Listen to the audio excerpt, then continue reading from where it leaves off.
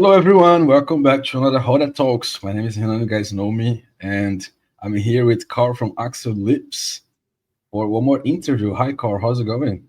Hey, good. Thanks for having me again. How are you doing today? I'm doing fine. Like it's been pretty warm in Brazil in this end of year, and I'm pretty sure that in the US it's the opposite. And also, where our guest is from, right? We're gonna talk with Tonya Paulsson from Sweden, who is now switching to Taiwan. She's gonna speak with us a little bit about it, right? Hi, Tonya. How's it going? Hi, I'm good, and thanks for having me. Thank you for accepting. It's a great pleasure to have you here. So, to begin with, you first question. You began gymnastics in 2010 because a neighbor kind of noticed that you have talent for that. Mm. And what initially drew you to the sport, and what kept you motivated to keep going to where you are now? Mm. So yeah, my neighbor spotted me at a playground, and then she told my parents to try gymnastics. So I did, and it was fun. You're a kid, you're trying out a sport, nothing special. But then I went back the week after, and I realized like I'm pretty good. Like I can do what the other girls can do, and I've been here 1 hour. So then I thought it was fun to go there because I felt like I was good at something. And then I kept showing up. And then when you know, I went up through the different levels and then I realized, well, this was fast and this was quick. Now I'm a junior and I went into the junior national team and then I realized like, yeah, I have some potential and I want to see how far I can go. And yeah, now I'm a senior and I'm still training, practicing, reaching my dreams and goals. That's amazing. And you started at 7 years old, right? Yeah, I was 8. Yeah. 8.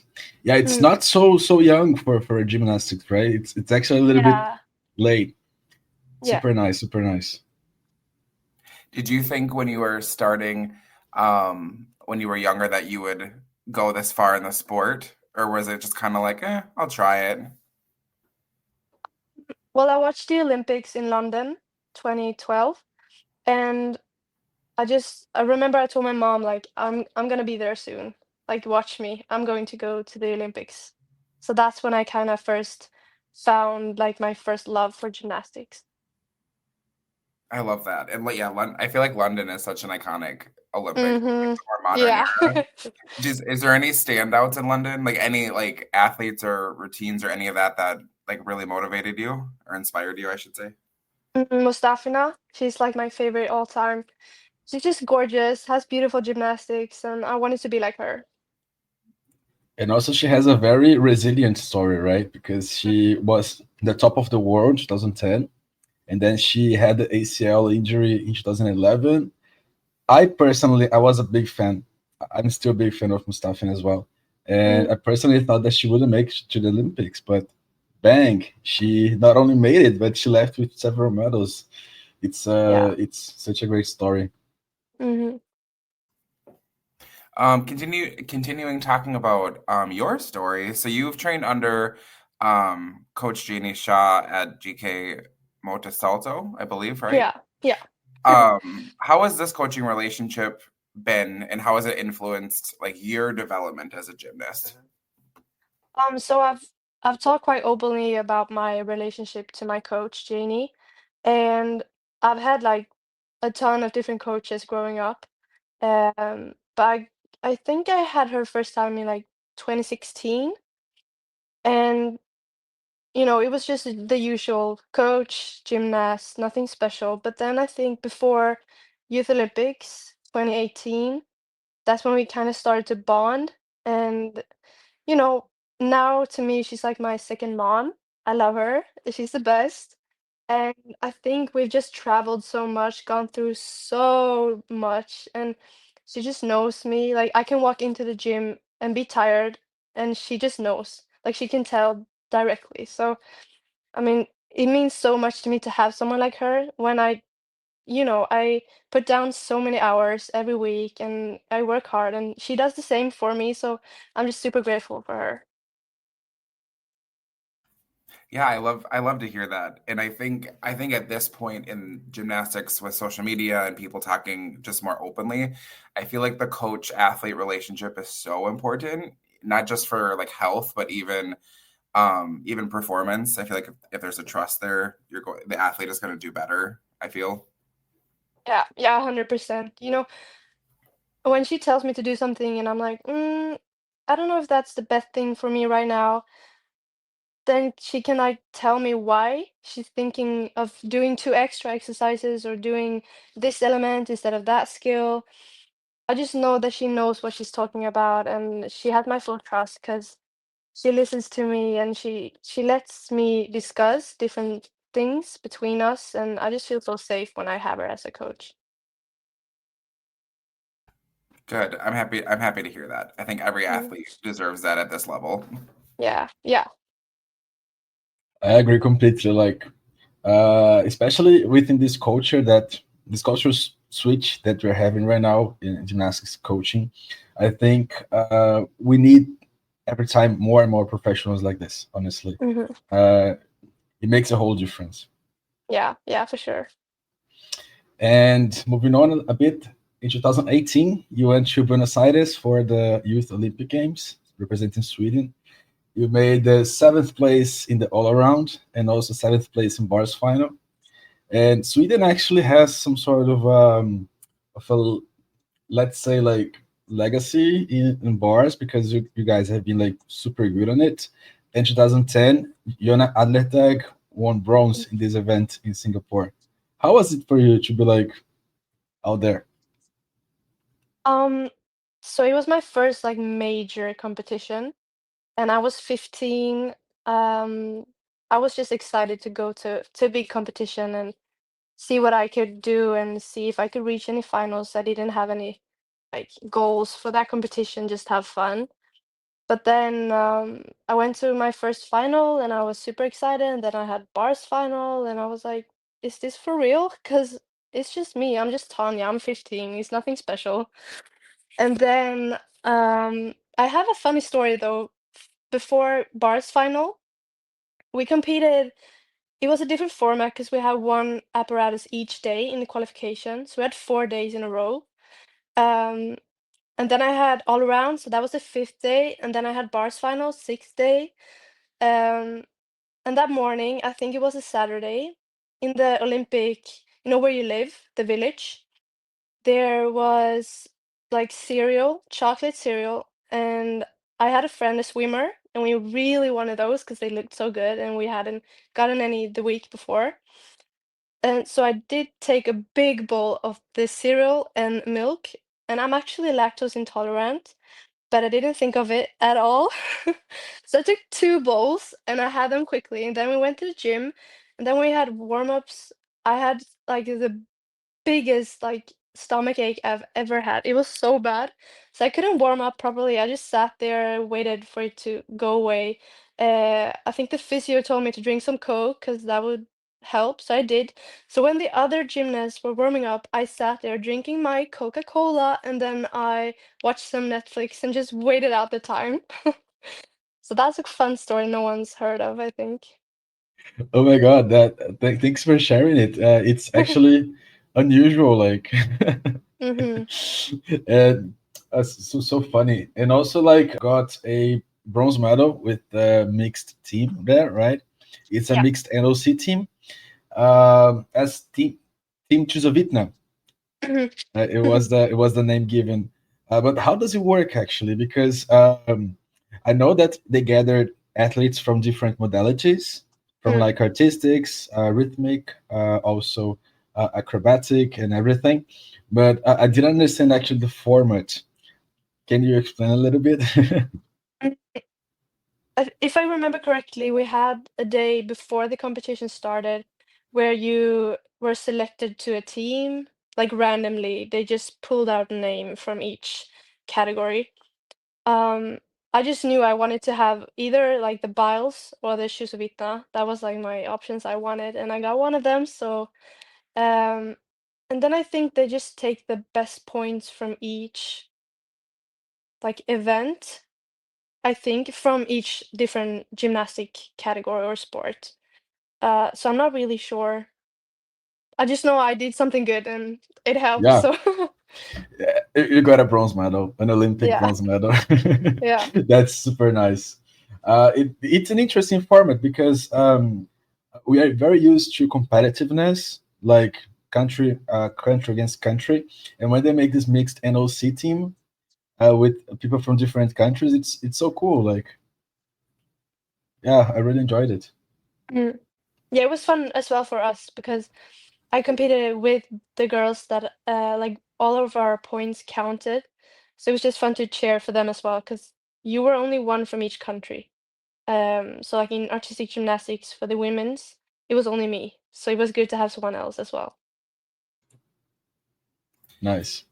Yeah, there's been some rumors about LA 2028 adding a potential like mixed competition with men's and women's artistic gymnastics. That would be pretty cool, depending on how It they would do be it. cool, but hard, I think.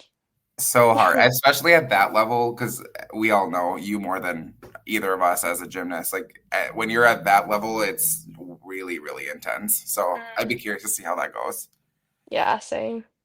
Um, Moving a little bit forward, so March of 2022, I believe you dislocated your kneecap during a national team camp, correct? Yeah. Um, how did you approach like that recovery? So this happens. You've did you previously have an injury like that too? Yeah, I did dislocate my kneecap first in 2019 before Europeans in Poland. Gotcha. Yeah. Yeah, how was your recovery? How did you like approach that? Like, did it impact your training? Or well, of course it impacted your training, but just going forward, did it impact your training and yeah, talk about that a little bit. So 2022, there was the Europeans was in August, Munich. So I did have a couple months where I could, practice for that. And I was in really good shape, like the best shape of my life. So that was devastating because I've worked so hard before that, and I knew that I would be selected. Um, but again, my coach is really nice and really understanding. So okay, honestly, I took like 3 days off, and then I went straight back, started with my rehab directly, and I knew that my team needed me to be able to qualify from the Europeans to World Championships as a team, which was like the first time you needed to be in top 13. And we knew that we would be like 50-50 if we would manage to do it or not. So I just did everything I could to be able to help the team out. And the main goal was to just be back on bars. But then we saw like, okay, I could potentially have a vault, maybe beam and then floor. If they need me, I have to go. So I was thrown right into it before I even knew that I've, injured myself. Did that mess with your competition like mentally, or were you able to just put that away and just compete your routines? I think I was just super thankful to be back and doing all around, regardless of what would happen. So I didn't really think about anything else. Nice. Yeah, Mm. typical gymnast. This has a major injury, competes a couple and competes soon after. Yeah. And also, like, nationally, you've been super successful in Sweden. You won multiple uh, national titles, including the all around a few times. Did any of these was more of a highlight to you, or like do you cherish more? Speak about it, like your experience nationally in Sweden. Yeah, so I've gone to so many national competitions, but the one that I will cherish it forever is the 2019. We had it in my hometown, Malmö. So, my family was there, my neighbors were there watching, just friends and everyone around. So it was just fun to be out there. And also, it was my first competition back since my first dislocation with my kneecap. So I didn't have any pressure, even though it was in my hometown. And then I also knew that if I just go through my routines, I might have a chance to win. And that would be my first win as a senior. So it was just exciting to go see what I could do. That's cool. And I have just a little fun fact about me. I visited Malmo once because actually I was in Copenhagen and I saw that it was Oh. super close, just like 30 minutes train or something like that. Hmm. And I was like, yeah, I'm gonna spend like a day trip in Malmo. And it was the first time that I saw snow. Yeah. Oh, really? Yes, we don't Well, have snow here in Brazil. Like yeah, but it's you were lucky because we haven't gotten any snow this winter. So you were lucky then. it was like 2012. Ah, okay. Yeah. When you have like family and friends and people that you know love in your community watch you, does that bring you like more peace when you compete, or does it make you more like stressed? How do you respond to that? I think it's interesting because everyone has different like takes on this. And for me personally, I don't like having my family watching me because then I just like they're there for me, watching me, and they're proud of me, obviously. But I want to show them that it's worth it coming here to watch me. So I think for me, it's just more stressful. But I mean, if I would go to the Olympics, I would want them there. But I think, Europeans and worlds, it's like, nah, you can stay at home, watch from home. And I think my first all-around final at Europeans was 2021, and it was COVID. So they had a stream for families and friends so they could watch. And it was so fun because they put up like videos of them watching on the big screen in the gym. So I saw my family waving the Swedish flag. And that was fun for me to see and just know that they were watching and supporting me. I love that. I also find it interesting that you're like, no, you can stay home until I'm until I'm at the Olympics. It's fine. Yeah. Yeah. Yeah. Well, and it's funny you mentioned the 2021 Euros because, you know, continuing your career. So at 2021 Euros, as you said, you qualified for the all-around final, and you placed 14th. How did this experience shape your like aspirations and goals on a more international stage? I think it gave me confidence. So I've always been, I've never really believed in myself. I knew I had potential, but I couldn't see it fully. But then when I went to my first final, I was kind of starting to realize that if I just do what I can do and what I practice, I'm not worse than anyone else. Like I could be just as good as them. And then in the finals, I was just confident that I just do my thing and we'll see. I mean, if I end up in 24th place, I'm still 24th in Europe, which is really good. I did my thing. I love bars. I went through my bar routine. It was really good. I had a quite good floor and beam, and then I had vault, which was I just do a full Yurchenko, so it wasn't anything special. And then I saw my name 14th, and me and my coach just looked at each other and were like, "Is that me?" Like we did this, like me and Janie, we're top 14 in Europe. So I think for the future, it just boosted my self-esteem quite a lot. and it wasn't like any Europeans. It wasn't Europeans that was qualifying to the Olympics. So it Mhm. was very competitive. So congratulations. Yeah, yeah, thank you.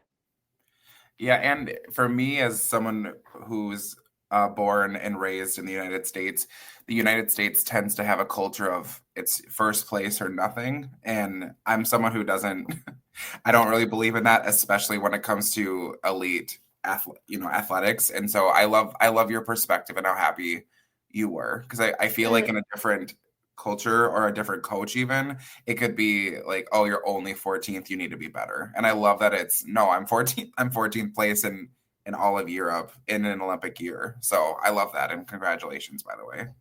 Yeah, yeah, thank you. Also, like moving on a bit to this year, recently you announced that you're switching to Taiwan, right, from Sweden to Taiwan, Yeah. and you said that you lost trust in the Sweden's national team leadership. So, can you just explain a little bit your reasons? So I'm 21 years old right now. I turn 22 next year. So I have been through quite a lot, and I know some couple things here and there. I'm mature, I hope so. Um, so the thing is, when you put in a ton of work, hours, and honestly your whole life into something that you love, you want to feel that you get something out of it. And for me, that doesn't mean I need money. I just need support, a great support system around me. I have family, I have a good coach, but my national team, I feel like they didn't push for me because we do have a training center, not where I live, and I've chosen not to move there because I feel like I have such a good system here at home. And what I felt is that when I didn't choose to move there directly, I was not one of them they wanted to support, which I feel is wrong because I've done so much for Swedish gymnastics and I'm super proud of everything I've done. And I'm still proud of it. I just feel like Sweden is a small country in gymnastics and we should just try to focus on everyone and bring out as much as we can so that we can be one of the top countries. Yeah, and I'm happy that you did what you think is best, not just for you as a human, but also for you as an athlete, because again, like the athlete and like human version of you, like the better those two are, the better performance you're gonna have. And it also makes me happy to see more athletes choosing themselves because as we've seen in the last, I would say about 7, 10 years, many different countries, athletes are pushing back on systems that are in place. So I really appreciate that you're also doing that for yourself. And I think you and every elite athlete deserves this. Yeah, yeah, thank you. And also, I feel like I want to feel respected as an athlete and also as a human. And if I have a chance somewhere else where they want to help me, why wouldn't I take that chance? Like I'm giving myself the best resources I can do. So I'm just looking forward to the future right now. Yeah, exactly. And for me, it was very surprising because you've been around for Sweden for so long, and you accomplished so much for Sweden. You helped them to reach their first team final in Europeans this year, which it was like historic for Team Sweden. We talked about it in our podcast here, like, oh my God, Sweden made it, yes, for the first time, and then they act like this.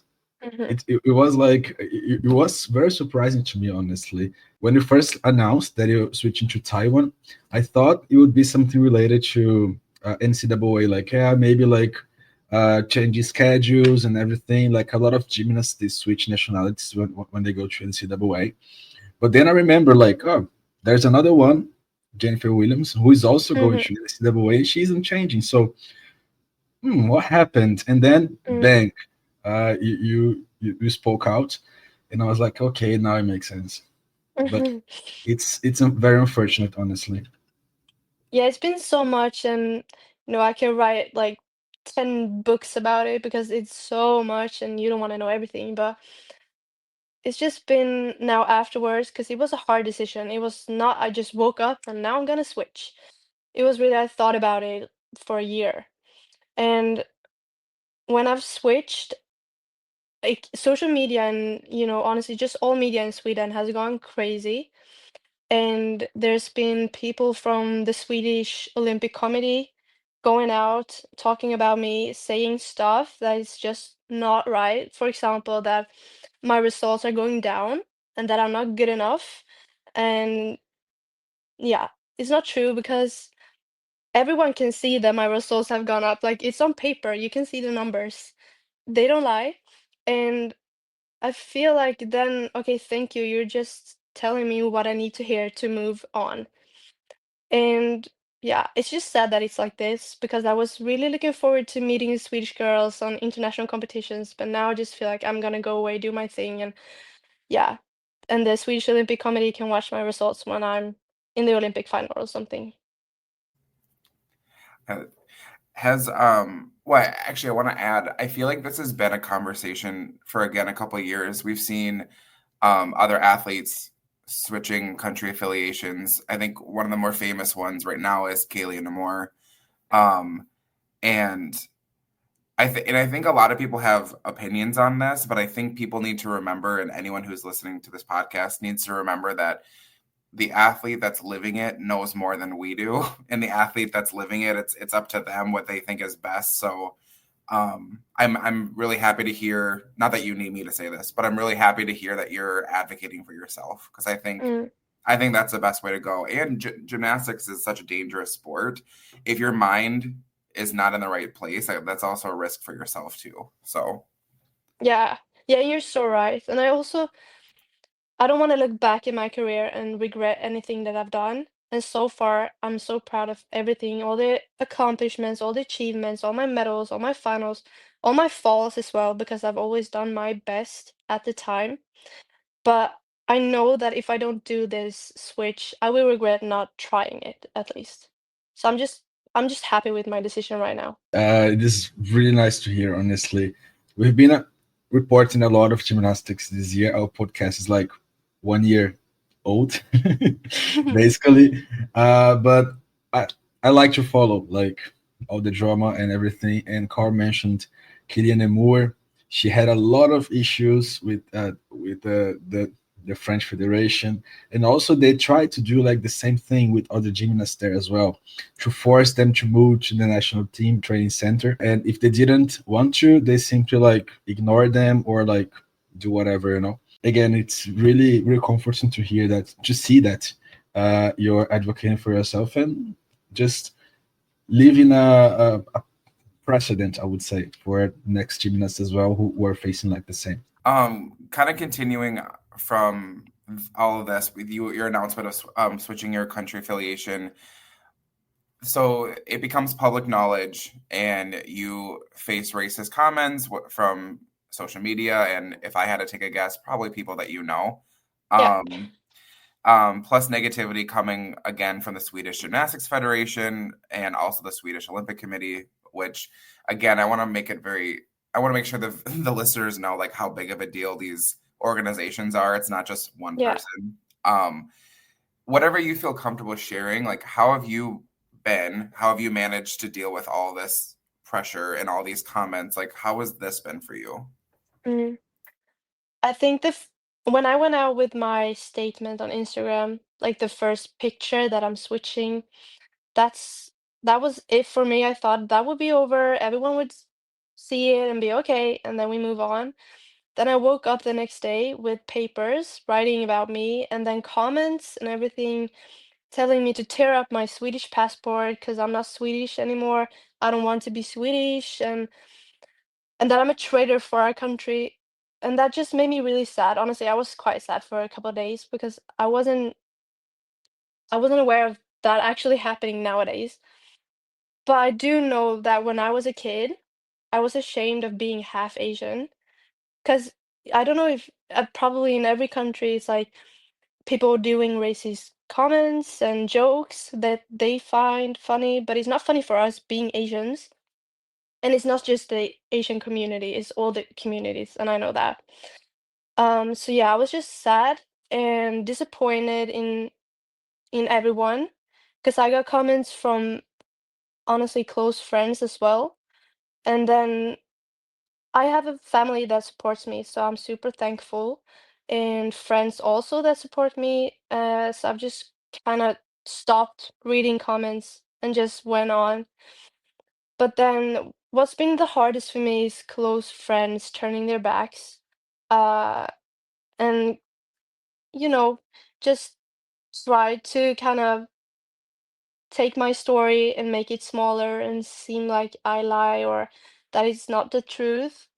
And I think it's sad because everyone has their own truth and they're obligated to have that and speak about it. And what's important for me, at least to say, is that I'm not just doing this for me, because I've heard stories from so many girls having the same problem as I have, and that some of them even quit gymnastics when they were like 14 because they went through the same things. And it's not just that I didn't feel like I got the support I needed. It was also when you went to national team camps, it was you were scared to speak up about anything. You got comments from the head coach there, which was not okay. And when you're there on a national camp, you don't dare to say anything because you're like, if I say anything, I will not be nominated for Europeans. Or if I do this, they will look at me in the wrong way. Or if I do this, they'll ignore me. And if I don't do this, they'll ignore me again. So it was really hard. But since I've gotten so many stories sent to me on Instagram and everywhere from different girls all over Sweden, I felt like this was really important to go out with because it's not just me. It's like the whole community that needs to. I don't know if it's the structure or anything, but something needs to happen and to be fixed because you're not supposed to feel like this when you practice gymnastics and it's something you love. Yeah, I first of all, I thank you for sharing all of that. Truly, this is not something easy to talk about, and you're so right. Like it's again kind of talking about some more recent history in gymnastics. That's everything that you're describing has been so many different gymnasts' story is that if they say something, they get in trouble. If they don't say something, they get in trouble. And I feel like it's an impossible place for the gymnast to be in and even the coaches to be in because the coaches also have to represent the gymnast. Yeah. And I know one of the more famous gymnasts who have shared similar experiences was Jordan Childs, and she almost quit in 2018. And obviously, she's now a two-time Olympian. And it's heartbreaking to think of all the gymnasts who, because of just who they are, never continue a sport they love simply because of who they are. It's Hmm. honestly pretty devastating. So I'm sorry that happened to you. Yeah. Yeah, and also I've blamed myself, I think, through most times. I did share an example in media because I felt like I needed to, just to validate my story. And it was once last year before Europeans in Turkey. We had a pre-camp, so it's a national team camp before you go away. So we had a week, and then at the end of the week, I was tired because you get tired. And at home, if my coach asks me if I'm tired and I say yes, we just kind of do some basics instead of doing full routines or something like that. It's also dangerous to do more than you feel like you can do. And then the national team head coach asked everyone, like, is anyone feeling tired? You can tell me. So I raised my hand and said, yeah, I feel tired. And it was one more girl who also did. And there was nothing more about that. But then when we had a warm up later on, she screamed at me because I was running besides the other girls. And she told me, like, we who want to practice, we run here. You who's tired can go over there. And they, like, really nonchalant, just. And then I got so angry because I felt like she tricked me into telling her that I was tired. So then I ran the fastest I ever had. Like I was done with the warm up 2 minutes before everyone else because I wasn't taking any of that. And from there on, I knew that if she asked me a question, I couldn't tell her truthfully what I felt because then I would get something back from it. And that's something when I look back, I was like, why didn't I ask her what's the problem? You asked me, but in that situation, you feel kind of pressed. And I blame myself for telling her, but it's not my fault. And I've realized that now. So I just hope that that part gets better because that's not okay. Definitely not okay. Like, because it's pretty much what you said. She tricked you into saying something, and she made like a fake safe environment for speaking out, but truthfully, it wasn't at all toxic. At least, like. And I think what people forget, if someone hears us and they're thinking like, oh, she should have done this, she should have done that. I want to make sure people who listen understand is there's also like a power structure between athlete and like head coach or organization. And anyone who has never been in your shoes or shoes of athletes in this situation, it's easy to think like, oh, I would just do this, I would just say this. But especially in gymnastics, there's such a clear power structure. And if they put in place rules that are like fake outs, like you just described, if they put those in place, like the athletes have nowhere to go. Like the athletes have no right. There's no right or or there's no like winning scenario. Mm, It's no matter what you do, they're going to make sure you're wrong. So yeah. it's that's the most dangerous thing, is when organizations and coaches do that to their athletes. And that's pretty Mm. devastating that you were put in that position again, I would assume more than one time. So I Yeah. Yeah. yeah. So thank you again for sharing. Truly, like it's Mm. I can imagine how hard it's been. Mm. Thank you. Yeah. Well, let's talk about like better things now. You went to Jean Batelli, Hungary for World Challenge Cup, and you left with two gold medals, both on beam and floor. I love your floor routine. Yeah, the double layout is like huge. I love double layout; is one of my favorite skills on floor. And you also won a silver on uneven bars. So three medals out of three events that you competed, which is like huge. So how did these victories, these medals, they influence your confidence? And like it was right at the end actually of your like pathways with Sweden, right? Mhm. So did it influence anything? Like okay, so now I'm moving on. I think okay, so that was my first competition back on beam and floor since my knee operation. And I was struggling with bars as well before that. I didn't I think I've done like one full routine before that competition that I actually like completed. Otherwise, I would just fall on every single skill. So I just know the week before, Janie told me, my coach, that if you don't make this routine on bars, I don't think we should go because we're not ready. But I felt like I was ready. So then I stayed in the gym and I think I did 30 kachevs, like 30, because I was like, no, I'm not giving up. I'm doing this. I've already, like, my mind is on this. I'm doing this. I did 30 catches that I didn't catch. I wasn't even close to the bar. And then I went home, and then the day after, my coach said, "Okay, so what are we doing?" And I said, "We're going. I did 30 catch-ups yesterday. They were really bad, but we're going." And then we just traveled there, and I did my trainings. Did you think I caught my first catch-up? Yeah, I did. So I just knew that it would be a good competition, and I also was really happy to do it with Janie because we hadn't done any competition since World Championships in 2023, where I fell short to the Olympics, which we both were really sad about. So it was just fun being out there with her. And then I did a really good bar routine. And then beam, I usually, like, I'm not bad at beam, but I feel like I'm bad at beam. But then at qualifying, we said like, okay, if we have a fall, it's fine. We're just back. So it's nothing really like you don't have to put any pressure on yourself. And then I did a really good routine, and I think it was yeah, it was my best routine ever at a competition. So then we had floor, and I had a double layout, the first time for me competing it, and then I had a full in my second pass, and then I had double tuck in my last. But then I just did a like a simple layout in the end because I felt like my legs were too tired. And then after the qualifying, we were just happy with my performance on all the apparatuses. I qualified in first place in all the different ones, and we didn't think that would happen. We had no eyes on the medals or anything. We were just there to have a competition and to have fun and to see what I could do. And then finals came around, and this is also a fun story because bars was the first day.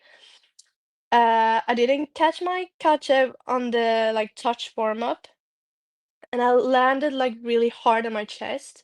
I couldn't breathe for a couple seconds, and then I just went and sat, and I told Janie, "No, I don't think I can compete. Like, I think I should just not do this today." And then she said, "Because when you're in a World Cup and you come into a final, you get some money." So she said, "Okay, but for now, just do it for the money." And I was like, Okay." And then I did a good routine and I came in second place and we were so happy. It was my first medal at a World Cup. So it was just good. And then also what's fun to me because today I had a test competition at home. just me and my coach. And I was so tired. And I was gonna do a floor routine, a full floor with the double layout and the full in and everything. But I was so tired. But then I remembered, okay, but finals in Hungary, I was super tired as well. But I managed to do a full routine on floor and win. And I'm not even that tired today. So if I know I can do a routine when I was super tired, I can do it today as well. So then I went up and did a routine. So I think that's where it helps me quite a lot today and for the future. That's very nice, very nice, very nice. And one question actually, because we posted your floor routine in our Instagram when it happened, and I know that a Brazilian coach called Hélio Coutinho, he worked with a few Swedish gymnasts, some of them that competed in Rimini. Did you have a chance to work with him as well? No, I have it's a rhythmic gymnastics coach in Sweden that did my routine. Oh, okay. Because Mm, he worked with a few gymnasts in Sweden. I think it was like last year or something like that. He used to be the coach, the choreographer at Flamengo.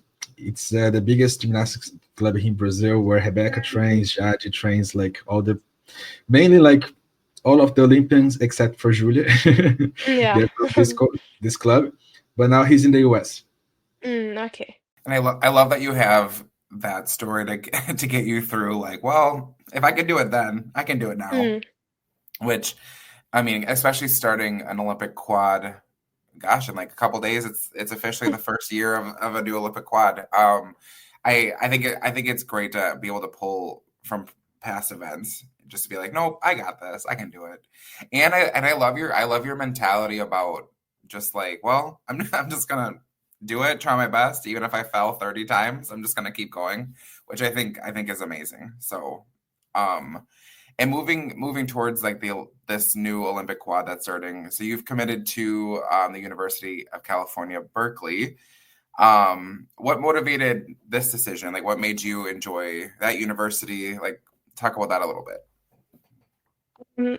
It's funny because I've read on Twitter and everywhere that I was going to college in like 2 years ago, but then back then I hadn't decided it even. So that was fun for me to read.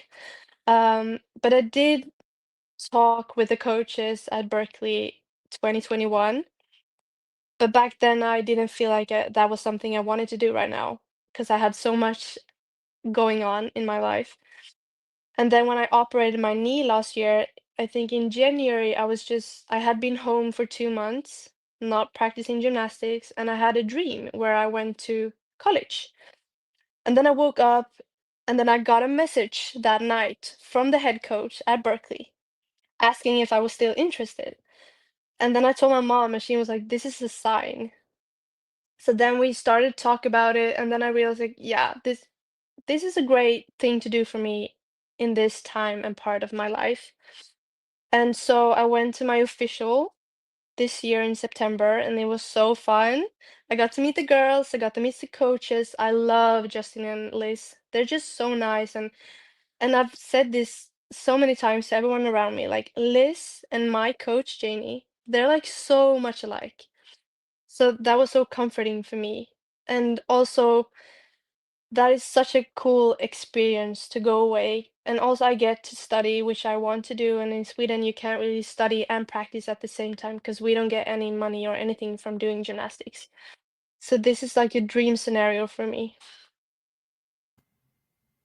I love that. And do you think Janie and the Berkeley coaches, do you think they'll be able to work together as you like go through college and potentially another Olympic run in for LA? Yeah, yeah, 100%. That's good. We've talked on this podcast with some other athletes about how great it is, especially for women's gymnastics, that there's becoming this new like culture change of like allowing, which it should have always been allowed, but allowing gymnasts to do NCAA while also having elite goals. So I'm happy that that's going to be possible for you as well. Mm.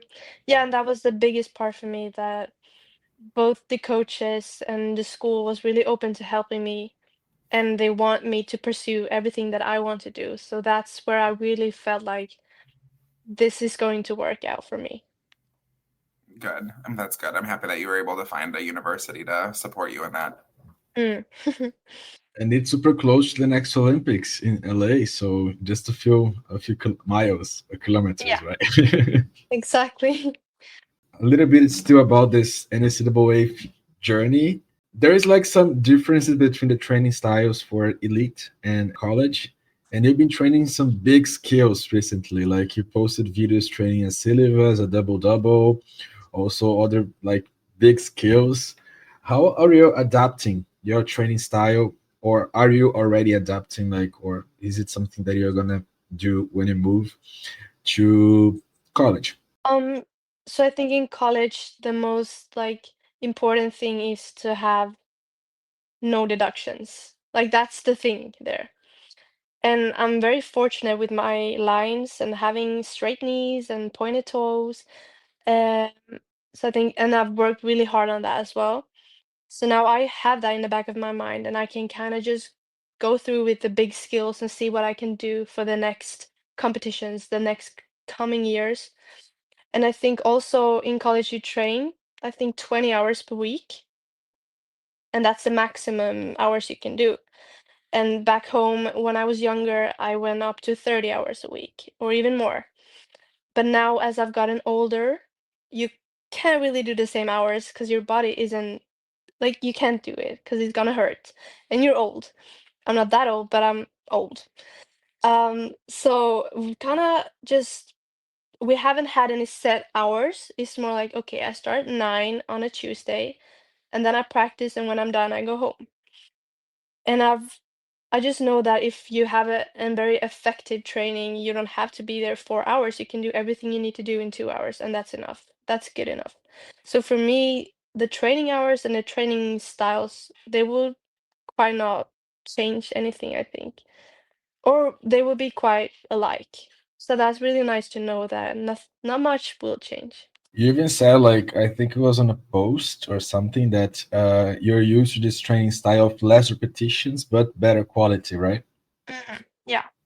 So yeah, this is also interesting because we talked with all the Brazilian coaches, and they said that this approach also helped us a lot Mm, because we had gymnasts that had a lot of injuries, like Rebecca, for example. She is adapted to this training style as well, less repetitions but better quality.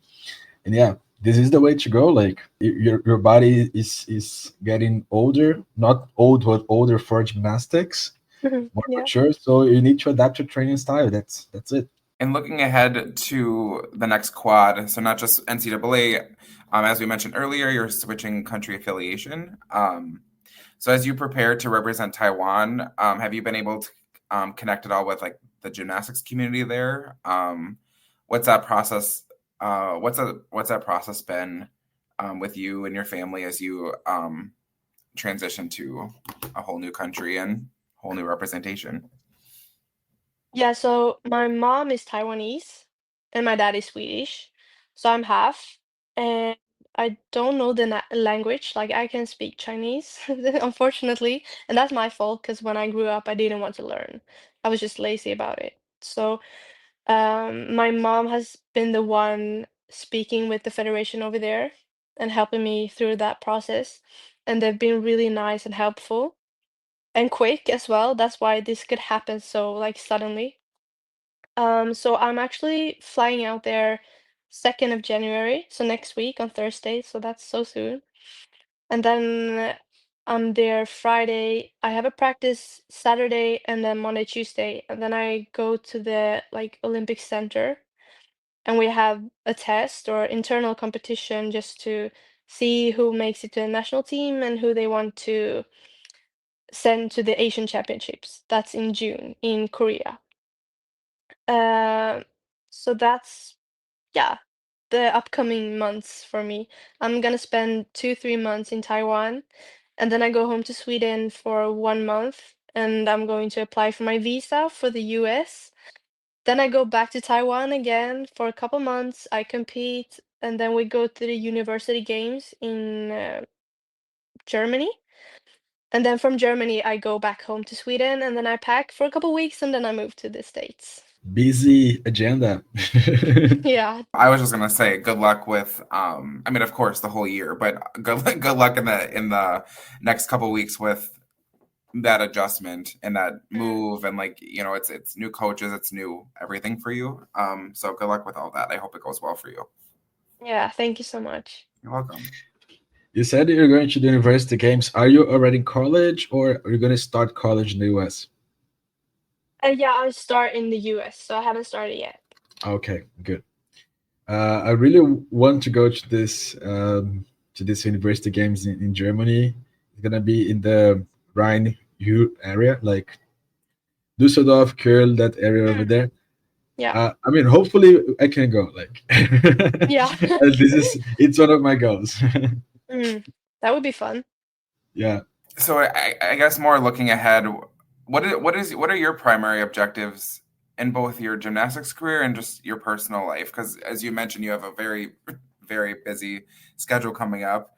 Um, like, how do you intend to like balance all the moves and collegiate and elite, and yeah, like what's your outlook on all that? Um, so yeah, right now I'm packing for Taiwan and I'm meeting all my friends 100 times a day because I'm gonna miss them. Uh, but then when I go to Taiwan, I train, I do what I need to do to be selected for the Asian Championships, and then I'll focus on that and do my routines that I want to do there, and hopefully I will do the double double there. We'll see, but I hope so. And then after those two competitions that I have, and when I'm in Sweden packing for the US and then I move to the US, I've already decided right now at least that I won't be trying for the World Championships because I want to settle into the college lifestyle and everything there. But then we don't know, maybe when I get there, I'm like, this is fine, I want to go, and then I'll go. But for now, I don't want to. So 2026 will be my next European, no, World Championships. So then I'll just do my studies and then my first season in college. That will be so much fun. I'm looking forward to that. And then 2026, I'll go all out with both the elite and the NCAA. I want to do both.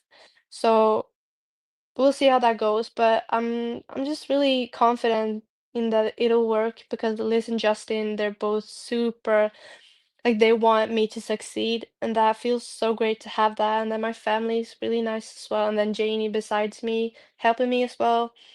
So it'll work out in some way. I just know that. that's good.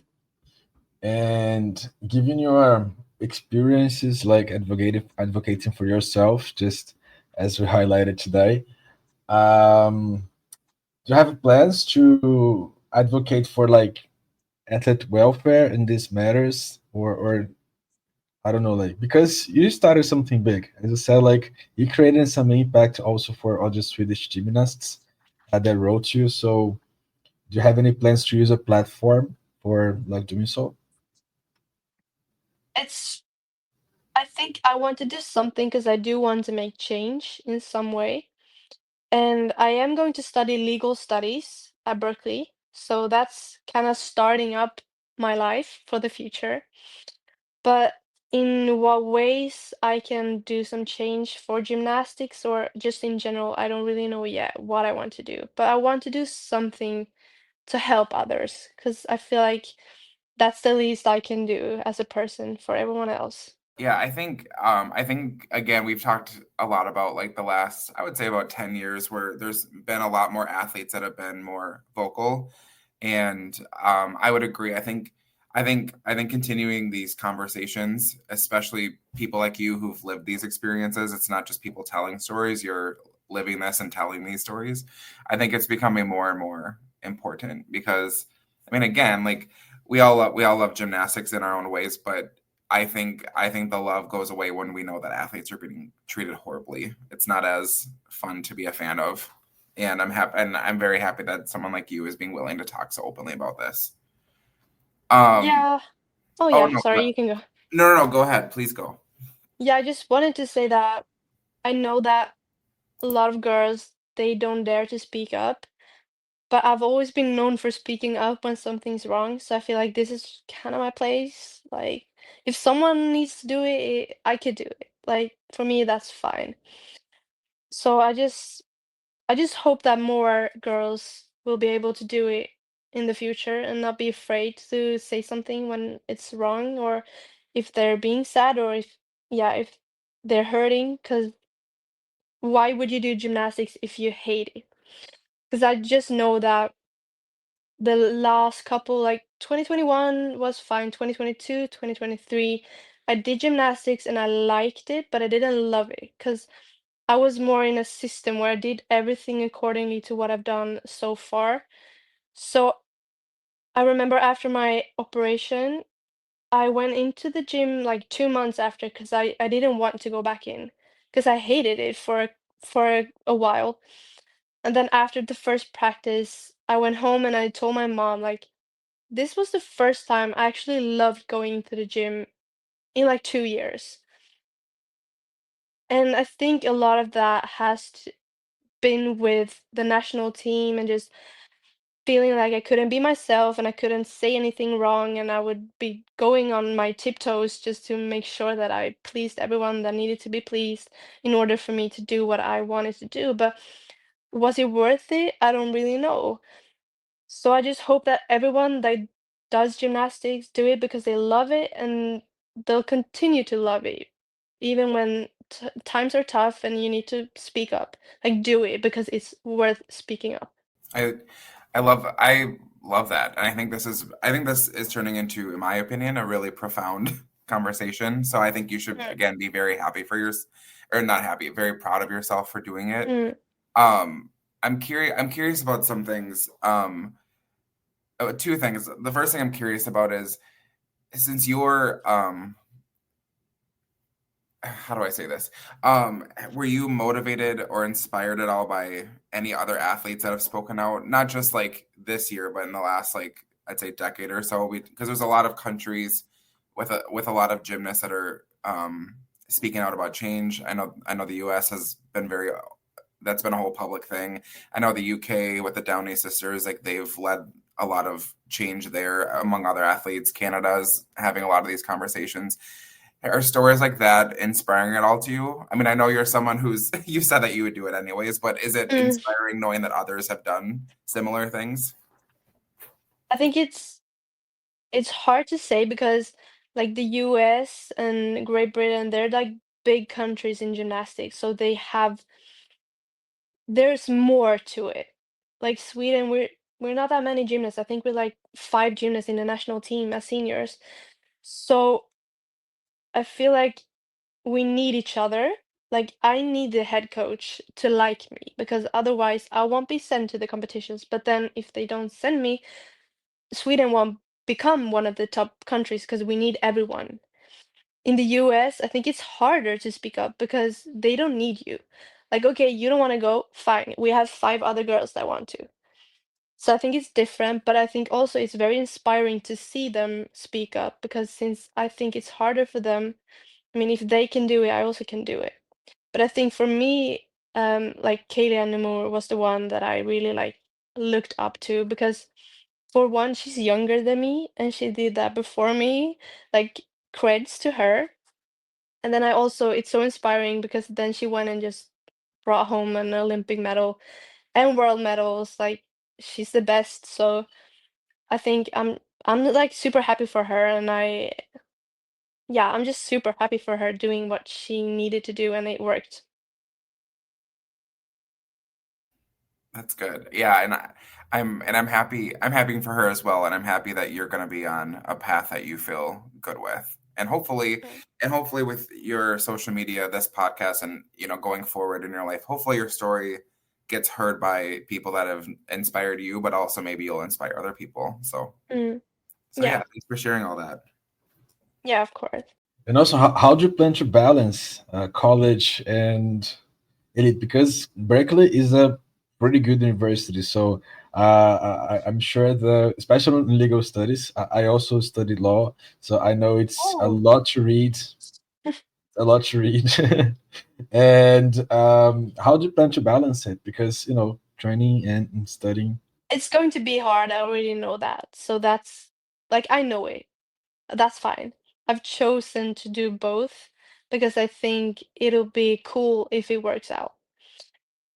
I also think the most important thing for me is to be really open and have a really good communication with everyone that needs to be involved in my studies, in my training, and my career. So I think that'll be my main focus, to try and be open with what I'm thinking, what I'm struggling with, and seeking help if I need help, because I know that that'll be provided if I need it. So I think that's what I'm trying to focus on. Very nice, very nice. And actually, I remember that in my college in Brazil, my university, we had a summer course, winter course actually, because here it's winter, in the US it's summer. Mm. A few professors from Berkeley came down here to for this course. It was US Brazilian procedural law.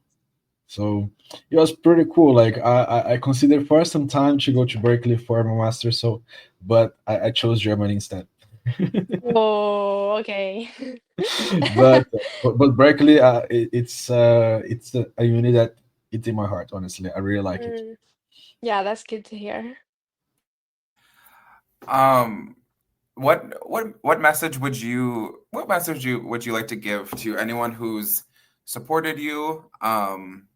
Any like especially going through everything you've gone through, like what would you say to like supporters? What would you say to other athletes that have may find themselves in your position? What would you say to all of them? Oh, to everyone that supported me, I just want to say thank you, first of all, because it's so easy to turn around when something goes bad, or if you see another side of a story, it's just much easier to push that away and just don't care.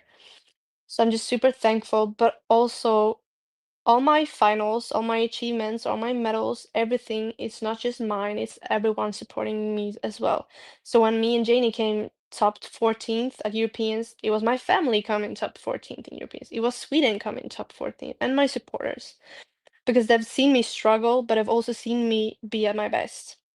And then for everyone else might be struggling or going through what I've been through, I think it's the most important thing to think about yourself.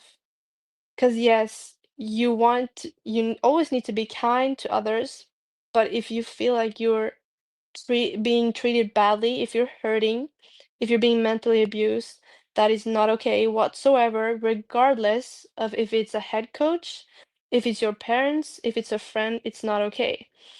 You need to think, would you treat someone else like that? No. So then you need to say something, because it's your life, it's your career, it's your gymnastics career. And if you don't say anything, it'll probably stay like that forever. And you don't have to feel like that when you're doing something you love. Because the most important thing is that you do something that you love. You supporters watch gymnastics because you love gymnastics. You wouldn't watch it if it's just coming in some random twists, or and everyone fell and hurt themselves. You wouldn't watch. You watch it because it's a nice sport. We love to see gymnastics, and we love to see gymnasts succeed. That's why we watch it.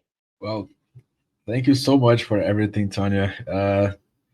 That was it from us, honestly, but it came out much better than what I thought it would be. I'm a You're an yapper. I amazing, can talk for hours. you're an amazing person, honestly. Like as Carl said, this conversation it just got like a deeper level, and well, thank you for that. Honestly, it was really nice talking to you. Mm, I want to reiterate that, and I just want you to hear again, like not that you need a random person from the internet telling you this, but mm, your story is really important, and I like how you expressed everything. I like how honest you were, so I really appreciate that, and mm. I think people who listen to this, and as you go on in your own life, in gymnastics and in hopefully a law career, Yeah. I think a lot of people are going to be very inspired by you as a person. So I think that's really, really important. So again, I wish you Mm, luck on everything that you do. mm. Thank you so much, and also thank you for having me and to wanting to talk about these different topics, both the like my medals, but also the deeper stuff that needs to be talked about more. So also thank you guys for having me. Thanks for accepting. Like, it was a great pleasure, honestly. And guys, this was Tonya Paulsson. We're gonna see much more from her next year. Also, like she spoke about the meets that she's gonna compete in. So stay tuned for more. Like, and bye bye.